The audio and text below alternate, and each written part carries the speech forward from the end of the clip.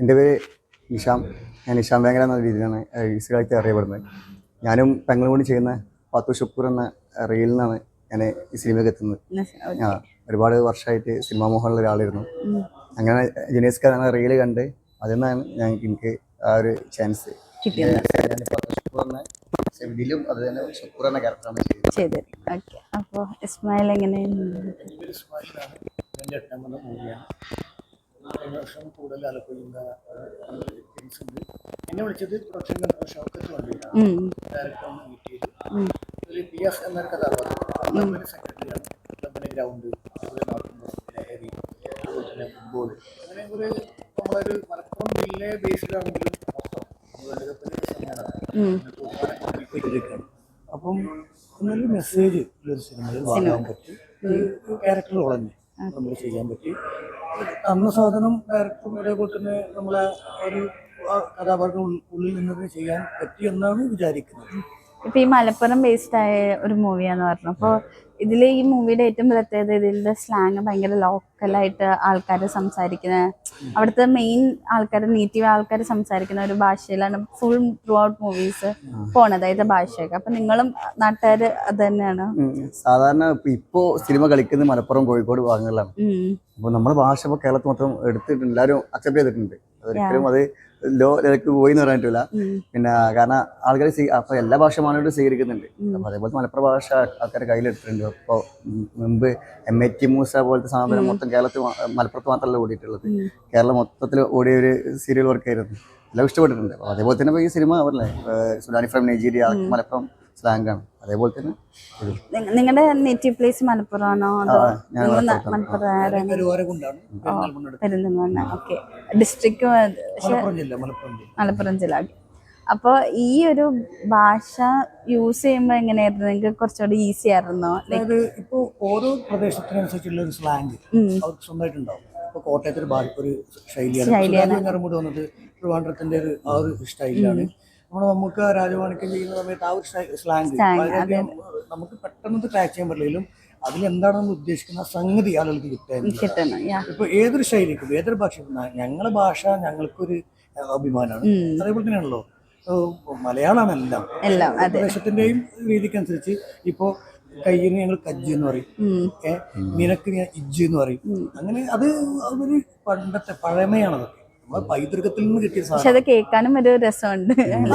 അങ്ങനെയാണ്. ഇപ്പം എന്നോട് സത്യത്തില് എല്ലാവരും സുഹൃത്ത് അതാണ് ചോദിക്കുന്നത്. എന്നോട് അത് കോട്ടയം ശൈലിയാണ്. അതേപോലെ തന്നെ ഓരോ ശൈലി. ഇപ്പൊ തമിഴ്നാട് പോയി കഴിഞ്ഞാൽ നമുക്ക് തമിഴ് സിനിമ കണ്ടാൽ ചിലപ്പോൾ നമുക്ക് തമിഴ് മനസ്സിലാവും. പക്ഷെ ഇപ്പോൾ പഴനി പോലുള്ള സ്ഥലത്ത് പോയി കഴിഞ്ഞാൽ ഒരു സ്ലാങ്ങാണ്. തഞ്ചാവൂർ പോയി കഴിഞ്ഞാൽ ഒരു സ്ലാങ്ങാണ്. ഭാഷയിലല്ല, ഞങ്ങൾ വെക്കുന്ന പ്രമേയം, അതിൽ ഞങ്ങൾ വെക്കുന്ന ഓരോ ഡയലോഗ്സിന്റെ ആ ഒരു മോഡിഫിക്കേഷൻ, അതിൽ എങ്ങനെയാണ് പ്രശ്നം കത്തുന്നത് എന്ന് ഞങ്ങളെ സംബന്ധിച്ച് ഞങ്ങളെ ഭാഷയിൽ നിന്നുകൊണ്ട് ഞങ്ങളുടെ നാട്ടിലൊരു കഥ പറയുമ്പോൾ ഞങ്ങൾക്ക് അതൊരു ആത്മബന്ധം ഉണ്ടാവും. ആ കഥാപാത്രത്തിനോട് ഞങ്ങൾക്കൊരു ഒരു എന്താ പറയാ, നമുക്കൊരു ഒരു വൈകാരികമായ കണക്ഷൻ ഉണ്ടാവും. പിന്നെ അതിൽ വർക്ക് ചെയ്ത ആളുകൾ എല്ലാവരും ഒരു വളരെ ഫ്രണ്ട്ലിയായിട്ട് വർക്ക് ചെയ്ത ആളുകളാണ്.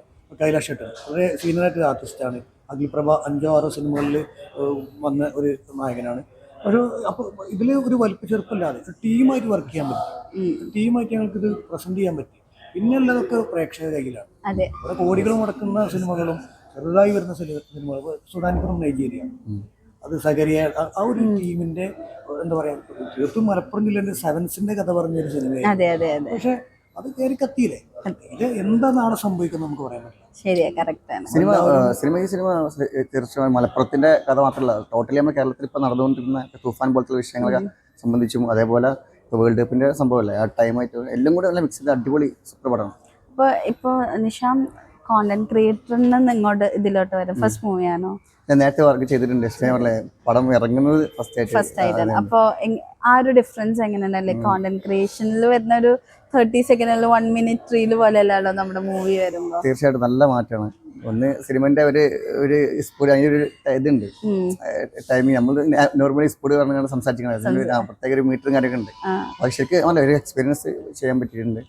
പിന്നെ അതേപോലെ സ്വപ്നമായിരുന്നു, ഒരുപാട് കാലത്തെ ഡ്രീം ആയിരുന്നു ഈ സിനിമ അഭിനയിക്കുന്നത്. അപ്പോൾ അങ്ങനെ നല്ലൊരു സിനിമ മലപ്പുറം സ്ലാങ് തന്നെ ആയതുകൊണ്ട് ഭയങ്കര ഈസി ഈസി ആയിരുന്നു യാ സെറ്റായി പറ്റും. നമ്മുടെ നാട് ക്ലബ്ബ് ഫുട്ബോള് അതുമായി ബന്ധപ്പെട്ടുള്ള സംഭവം ആയതുകൊണ്ട് തന്നെ ഒന്നുകൂടി നമുക്ക് ആക്റ്റീവ് ചെയ്യാൻ പറ്റിയിട്ടുണ്ട്. ഇപ്പൊ പൊതുവെ പറയാറുണ്ട് ഈ ഫുട്ബോൾ എന്ന് പറയുമ്പോൾ ഏറ്റവും ജീവൻ മലപ്പുറംകാർക്കാണ്, ഭ്രാന്താണ് ഫുട്ബോൾ സ്പോർട്സ് എന്നൊക്കെ പറയുമ്പോൾ. ശരിക്കും അങ്ങനെയാണ്? നിങ്ങൾ മലപ്പുറം നാട്ടിൽ നിന്ന് വരുന്നോണ്ട് ചോദിക്കുന്നത്. എന്താണെന്ന് വെച്ചാല് ഇപ്പോ നമുക്ക് ഇത് ബ്രിട്ടീഷുകാരാണോ ഫുട്ബോൾ കൊടുക്കുന്നത്. ഇപ്പോൾ ഞാൻ പഴയ അനൗൺസറാണ്. നമ്മൾ അനൗൺസ് ചെയ്യുന്ന സമയത്ത് മലപ്പുറം ടീമിനെ അനൗൺസ് ചെയ്യുമ്പോൾ നമ്മൾ പറയുന്ന ഒരു വേർഡ്സ്, കാലങ്ങൾക്ക് മുൻപേ കാലങ്ങൾക്കപ്പുറം കടലിലും കടന്നു വന്ന കോട്ടും സൂട്ടും ബോട്ടും ഇട്ട് സായിപ്പിനെ വെറും കാലുകൊണ്ട് കൈലിമുണ്ട് മടക്കി കുത്തി മുറിക്കൈ പനിയിലും റാണി ബെൽറ്റും കെട്ടി കോട്ടപ്പടി മലയാനിൽ വെറും കാലുകൊണ്ട് മലർത്തിയടിച്ച് മലപ്പുറത്തെ നിലമുറക്കാം. അതായത് മലപ്പുറത്തിൻ്റെ ഫുട്ബോൾ ഒരിക്കലും ഫുട്ബോൾ ഒരിക്കലും ഭൂമിയുടെ കൂടെ പിറന്നൊരു കളിയാണ് ഭൂമിയുടെ ഗോളാണ്. ഇപ്പോൾ ലഹരിയുടെ നമുക്കറിയാം സർക്കാർ തന്നെ ഇതിനെതിരെ ഒരു വലിയൊരു ടീമിനെ അതെ അതെ അതെ നമ്മുടെ തലമുറ ജാതി രാഷ്ട്രീയം മതം അങ്ങനെ ഓരോന്നിൻ്റെ പേരിൽ ഇവിടെ തമ്മിലിരിക്കും എങ്ങനെ അകലാമെന്നുള്ളതാണ്. ഒരു വായനശാല ഉണ്ടെങ്കിൽ ഒരു പൊതു ഇടമുണ്ടെങ്കിൽ എല്ലാവർക്കും പോയിരിക്കാൻ. ഇപ്പോൾ നമുക്കൊരു വായനശാലയിലേക്ക് നമുക്ക് മതം കയറ്റാൻ പറ്റില്ല, ജാതി കയറ്റാൻ പറ്റില്ല. അതേപോലെ ഒരു ഗ്രൗണ്ട് ഉണ്ടെങ്കിൽ നമുക്ക് തുറന്നിരിക്കാൻ, നമുക്ക് സംസാരിക്കാൻ സ്പേസ്. ഇവിടുത്തെ സത്യത്തിലുള്ള പ്രശ്നം അതാണ്. ഗ്രൗണ്ട് ഉണ്ടാക്കുക. ഇനി ഇതിൻ്റെ ലാഭവിഹിതം, ഈ സിനിമ ക്ലിക്കായി ലാഭവിഹിതം വന്നാൽ ആ ലാഭവിഹിതത്തിൻ്റെ ഉള്ളിൽ നിൽക്കാവുന്ന സ്റ്റേഡിയം, ഒരു പൊതു സ്റ്റേഡിയം നിർമ്മിക്കുക എന്നുള്ളതാണ് എൻ്റെ പ്രൊഡ്യൂസർമാരുടെ നമ്മുടെ മൂവിന്റെ എൻഡിൽ അത് പറയുന്നുണ്ട്. ടോക്കൺ എന്ന് പറയുന്നത് ഗ്രൗണ്ടിലേക്കുള്ള സംഭവം. കേരള സമൂഹം ഒരുമിച്ച് നിൽക്കുകയാണെങ്കിൽ ഇനി പ്രേക്ഷകർ തീരുമാനിക്കണം എന്ത് ഗ്രൗണ്ട് ഉണ്ടാക്കണം, ഏത് തരത്തിൽ ഗ്രൗണ്ട് ഉണ്ടാക്കണം. ഫിഫ സ്റ്റേഡിയം ഉണ്ടാക്കണോ അതൊരു മറ്റേ കണ്ടുണ്ടാക്കണോ.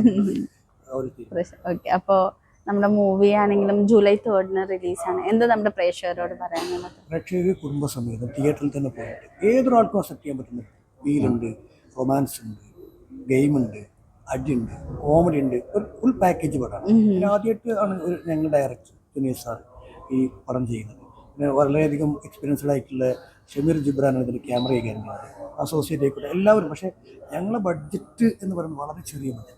പക്ഷെ ഞങ്ങളെ ബഡ്ജറ്റ് ചെറിയൊരു ബഡ്ജറ്റ് ഒരു കുഞ്ഞു വലിയ സിനിമയാണ്. ഒരുപാട് ആളുകൾ ഇതിൽ ആക്ടേഴ്സൊക്കെ ഓക്കെയാണ്. ആക്ടേഴ്സിനെ പിന്നെ തീരുമാനിക്കുന്ന പ്രേക്ഷകരാണ്.